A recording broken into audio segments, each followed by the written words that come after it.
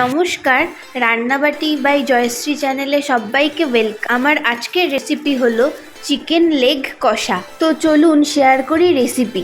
এখানে আমি কিছু চিকেনের লেগ পিস নিয়ে নিয়েছি। এবার একে একে আদা, রসুন, কাঁচা লঙ্কার পেস্ট, গোলমরিচের গুঁড়ো, কাশ্মীরি রেড চিলি পাউডার, হলুদ গুঁড়ো, পাতিলেবুর রস, লবণ, ফ্যাটানো টক দই, সর্ষের তেল দিয়ে ম্যারিনেট করে রেখেছি 30 থেকে 40 মিনিট।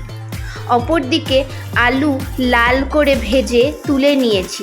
এবার ওই আলু ভাজার তেলেই আর একটু তেল অ্যাড করে ফোড়নে দিয়ে দিয়েছি তেজপাতা, শুকনো লঙ্কা, গোটা গরম মশলা। এরপর দিয়েছি কুচনো বড় সাইজের 2টো পেঁয়াজ। একটু ভেজে নিয়ে আবার আদা, রসুন, কাঁচা লঙ্কার পেস্টটি 2 চামচ দিয়ে দিয়েছি। পেঁয়াজের সাথে মিশিয়ে নিয়েছি। এরপর দিয়েছি কিছু গুঁড়ো মশলা, যেমন 1 চামচ জিরে গুঁড়ো, 1 চামচ ধনে গুঁড়ো, 1 চামচ লাল লঙ্কার গুঁড়ো, 1/2 চামচ হলুদ গুঁড়ো। সব মশলা হালকা কষিয়ে দিয়েছি 2টো টমেটোর পেস্ট আর পরিমাণ মতো লবণ।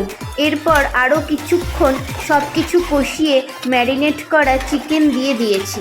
চিকেনের পিসগুলোকে খুব বেশি নাড়াচাড়ার প্রয়োজন নেই, কারণ অলরেডি অনেকক্ষণ এটি ম্যারিনেট করা ছিল, অনেকটা সফট হয়েই রয়েছে। এর কারণে অনেক সময় পিসগুলি ছেড়ে আসতে পারে, তাই হালকা নেড়ে ঢাকা দিয়ে দেওয়াই উপযুক্ত।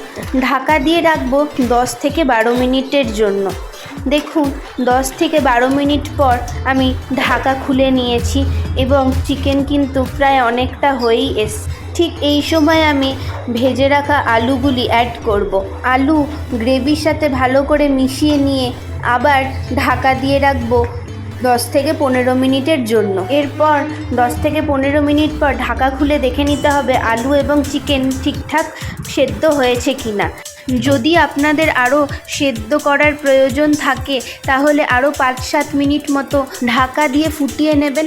আমার অলমোস্ট হয়েই গিয়েছিল সব, তাই আমি উপর থেকে লাস্টে গরম মশলা এবং ধনেপাতা কুচি ছড়িয়ে নামিয়ে নিয়ে। আমি কিন্তু এই রান্নাটিতে একটুও জল ব্যবহার করিনি। আপনারাও মাঝে মাঝে এরকম লেগ কষা খেয়ে দেখতেই পারেন।